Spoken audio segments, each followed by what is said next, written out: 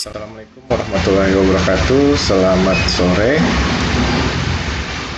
Terima kasih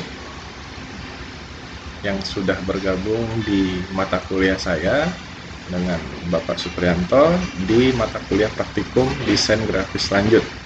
Ya, MK desain grafis lanjut ini merupakan MK lanjutan dari praktikum desain grafis yang mana kalian kemarin sudah belajar tentang aplikasi CorelDRAW dan aplikasi Photoshop. Di sini sebelum kita lanjut masuk ke SAP, silakan kalian membaca kontrak perkuliahan terlebih dahulu agar nanti nilai kalian itu bisa kalian prediksi bakalan dapat nilai apa gitu ya. Di sini kontrak perkuliahan terdiri dari nilai kuis sebanyak 20%, nilai tugas praktikum 20%, nilai UTS 30%, nilai UAS 30%, dan ada nilai poin atau nilai tambahan yang jika saya kasih pertanyaan dan ada yang bisa menjawab, kalian akan mendapatkan satu grade nilai. Yang mana nilai ini adalah untuk menaikkan nilai grade, misalnya kalian dapat B, maka jika dapat 1 poin, nilainya akan naik jadi AB.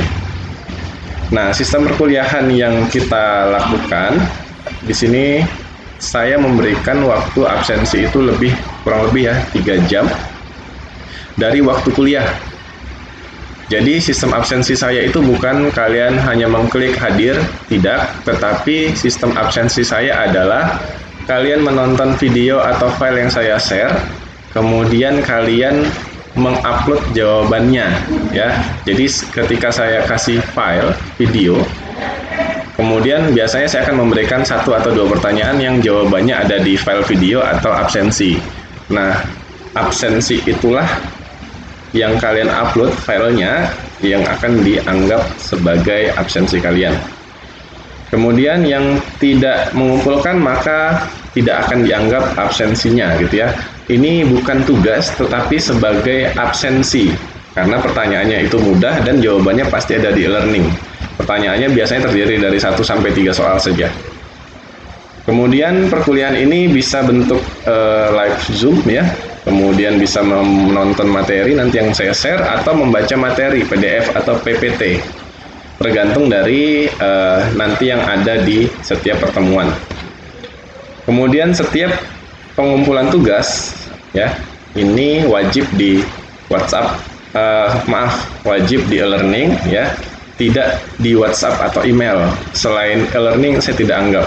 Jadi kalau misalnya tidak ada tugas, wajib kumpulnya di e-learning. Kemudian mohon untuk selalu absen ya. Kalian harus absen dengan cara menjawab soal tadi ya. Gimana caranya? Sempatkanlah waktu yang kurang lebih 3 jam itu supaya kalian nanti bisa UTS dan UAS sehingga nilainya tidak E. Kemudian jika nanti ada pertanyaan atau masalah bisa di grup WhatsApp masing-masing ya yang sudah saya sediakan.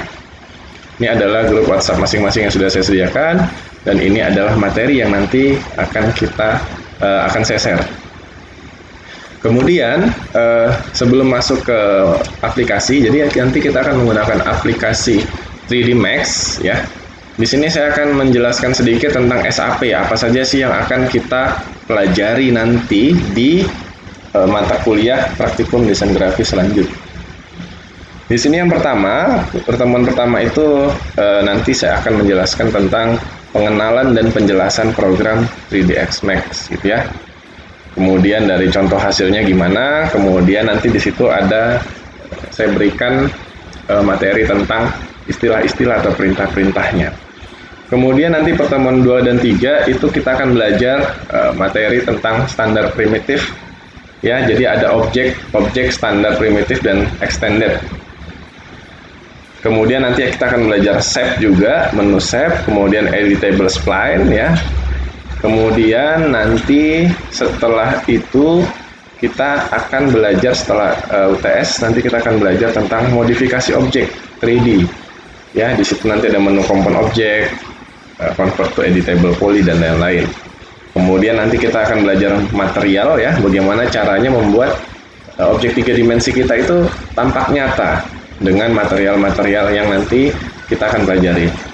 Kemudian yang terakhir, yang paling seru itu sebenarnya animasi. Bagaimana kita sebenarnya membuat nanti animasi dasar sehingga kita nanti akan bisa mengembangkannya ya sesuai dengan bakat dan minat kalian. Kalau misalnya minat kalian tinggi di desain grafis lanjut ini ya, di 3D Max ini, kalian nanti pasti akan bisa dan pasti berkeinginan untuk meneruskan kembali. Jadi sebenarnya nanti untuk animasi saya akan memberikan dasar-dasarnya saja.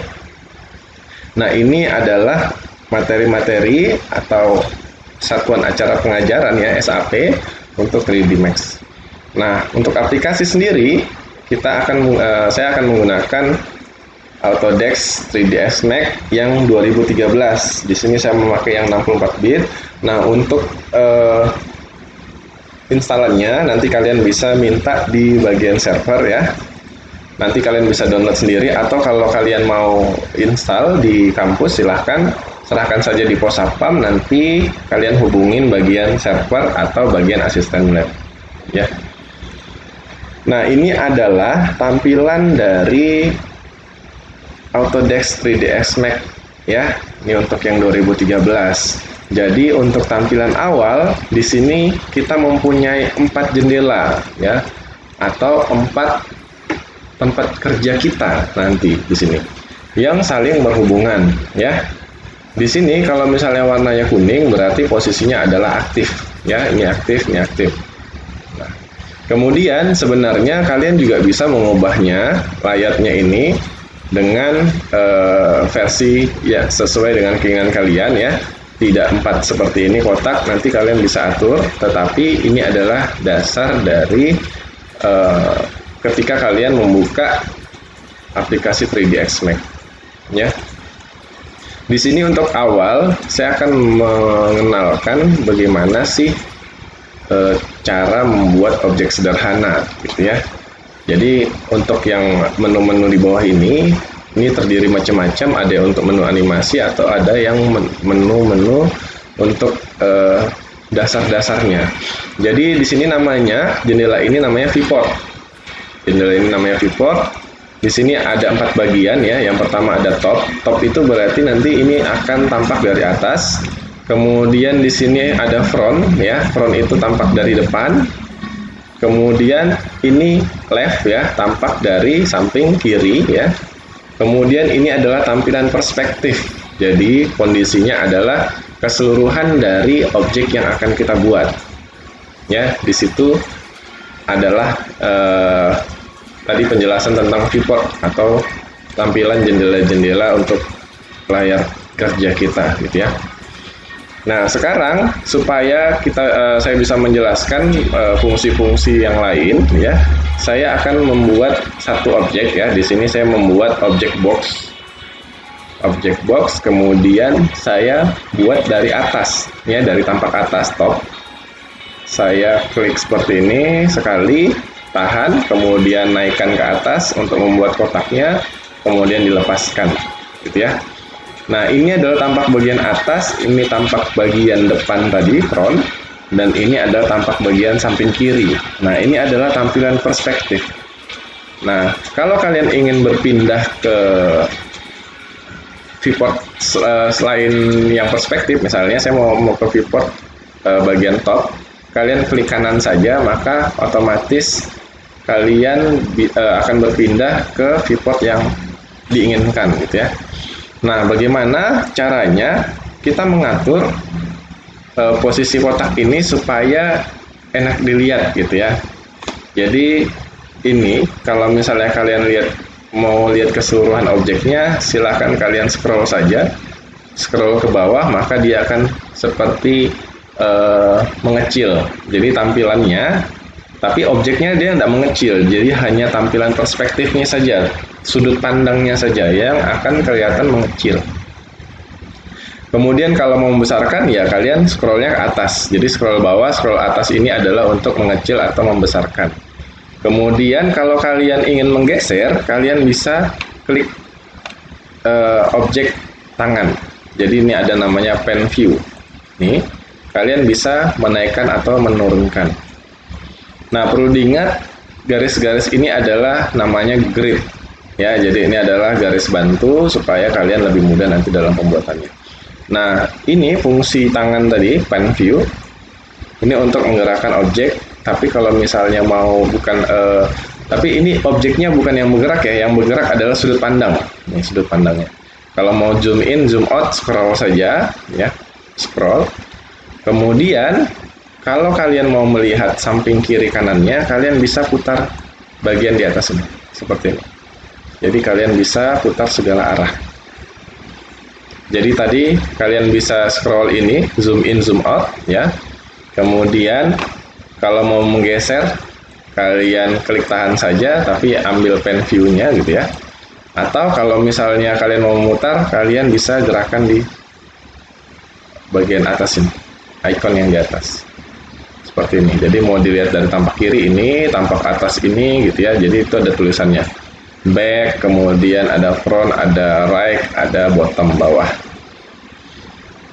Ya, ini untuk objek kotak ya. Jadi misalnya saya nambahin lagi satu objek, misalnya objek sphere ya. Sphere itu bulat.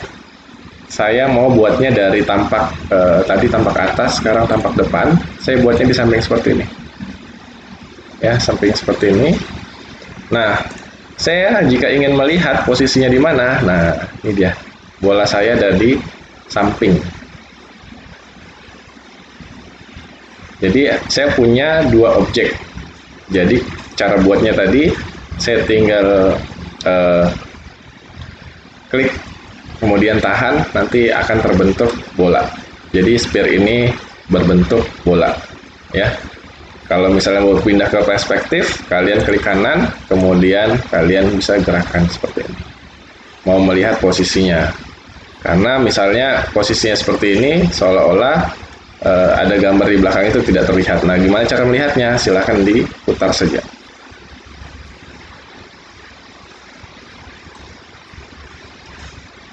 Nah, jadi di sini ya di tombol di menu properties, kalian bisa dapatkan objek-objek yang sudah ada di 3D Max itu di bagian standar primitif. Jadi di sini banyak menunya ya. Nanti kita belajar standar, kemudian extended dan lain-lain ya. Yang kita perlu pelajarin itu nanti cuman standarnya saja dulu. Kemudian nanti kalau sudah bisa dilanjutkan, baru kita lanjut ke extended. Untuk pertemuan pertama, saya hanya memberikan contoh gimana caranya membuat objek, gitu ya. Kemudian di sini ya, di sini ada menu namanya create, kemudian di sebelahnya ada menu modify untuk mengedit. Jadi di sini ada hierarki, motion dan lain-lain. Ini lebih nanti kepada animasinya. Nah, untuk yang di bawah, geometri ini adalah objek-objek 3 dimensi yang sudah disediakan oleh 3D Max. Ya, kemudian shape ini nanti kita bisa membuat objek juga dari garis, ya, dari 2 dimensi, garis 2 dimensi. Kemudian di sebelahnya nanti kita bisa menambahkan cahaya, ya. Jadi objeknya itu kita berikan cahaya bisa. Di sini ada menunya. Kemudian di sini ada menu kamera juga untuk memposisikan, ya, bentuk objeknya mau dilihat dari sudut pandang mana. Dan ini kemudian menu help untuk membantu kalian jika terdapat kesulitan. Biasanya di sini ada informasi. Ya, jadi yang biasa nanti kita akan gunakan geometri, kemudian shape, kemudian like sama kamera. Nah, di sini ada menu yang di atas, kemudian tadi ada yang menu di bawah untuk pen view, kemudian di sini ada orbit subobject ini untuk memutar juga. Jadi sama saja gitu ya. Jadi kalian bisa mutar dari sini, bisa juga dari orbit seperti ini. Ya, bebas. Nah, kemudian gimana sih caranya supaya objek ini tadi bisa jadi satu lembar kerja. Misalnya saya mau satu lembar kerja untuk yang bagian perspektif, kalian pilih maximize viewport toggle. Nah, seperti ini. Jadi dia posisinya akan terlihat lebih besar gitu ya. Tapi biasanya kalau misalnya kalian bekerja di sini, kalian juga harus memperhatikan viewport bagian lainnya. Kenapa? Ini semua saling berhubungan. Ya. Jadi tidak bisa kalian mengerjakannya hanya di bagian perspektif. Itu akan terhambur nanti, tidak akan bagus. Kemudian saya tambahkan lagi untuk objek-objek ini bisa dibesarin ya. bisa digeser, dan bisa dirotasi. Ya, di sini ada menu namanya Select and Move. Select and Move itu untuk menggerakkan objek. Bolanya saya mau gerakkan ke samping. Nah, yang perlu diperhatikan kalau misalnya kalian belajar 3D Max, itu adalah benda 3 dimensi, berarti posisinya adalah mempunyai ruang. Jadi pasti ada sumbu X, sumbu Y, dan sumbu Z. Ya, sumbu X yang mana? Sumbu X itu misalnya yang ini, warna merah. Kemudian sumbu Y, ya, sumbu Y itu misalnya yang warna biru. Sumbu Z-nya ini warna hijau. Jadi seperti itu. Jadi ada 3 sumbu. Nah, kalau di sini kalian bisa menentukan yang merah itu panjang, yang hijau lebar, yang biru itu adalah tingginya. Ya, jadi seperti itu. Jadi semua objek ini mempunyai 3 sumbu karena merupakan objek 3 dimensi. Nah, selain bisa digeser tadi, di sini juga kita bisa select and rotate. Jadi kita bisa memutar objeknya. Ya, nanti kita akan pelajari gimana cara memutar objeknya. Kemudian di sini ada select and uniform scale. Kita bisa membesarkan dan mengecilkan objek. Nah, untuk pertemuan kali ini saya hanya menyampaikan sedikit saja kulitnya supaya kalian tidak pusing, ya. Bagaimana tadi cara membuat objeknya, gitu ya. Kemudian bagaimana cari ini adalah jendela apa, gitu ya, pengenalannya seperti apa. Kemudian nanti materi ini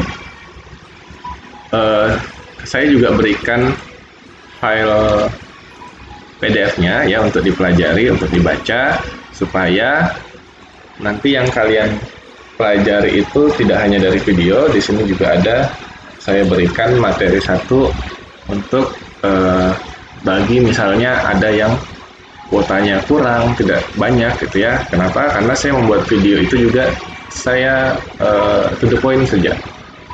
Karena pertemuan pertama ya saya harus banyak basa-basi sedikit gitu ya. Untuk pertemuan kedua, ketiga, dan seterusnya nanti itu hanya to the point saja, bagaimana cara membuatnya langsung supaya waktu durasi kalian tonton itu mengurangi beban dari paket data yang akan diambil setelah kalian menonton. Jadi semakin panjang durasinya kan pasti banyak paket data yang kalian ambil. Kemudian nanti untuk mata kuliah ini tidak harus mempunyai laptop dan aplikasinya ya, karena nanti saya akan memberikan fasilitas juga bagi yang tidak punya untuk mengerjakannya di kertas ya. Jadi supaya kalian tidak terbebani harus punya laptop tadi ya, kalian tetap bisa belajar juga seperti itu. Nah, ini nanti kalian bisa baca ya, dasar belajar 3D mulai dari lembar kerjanya seperti apa, kemudian mengatur tampilannya, kemudian di sini gimana caranya membuat objek baru, dan di sini sudah dijelaskan bagaimana objek sphere misalnya nanti kalian mau mengatur radiusnya, ukurannya, dan lain-lain ya. Jadi kalian bisa baca di sini. Nah, itu saja pertemuan pertama. Silahkan disimak baik-baik. Jika ada pertanyaan nanti kalian bisa langsung bertanya di grup WhatsApp. Terima kasih. Saya tutup. Assalamualaikum warahmatullahi wabarakatuh.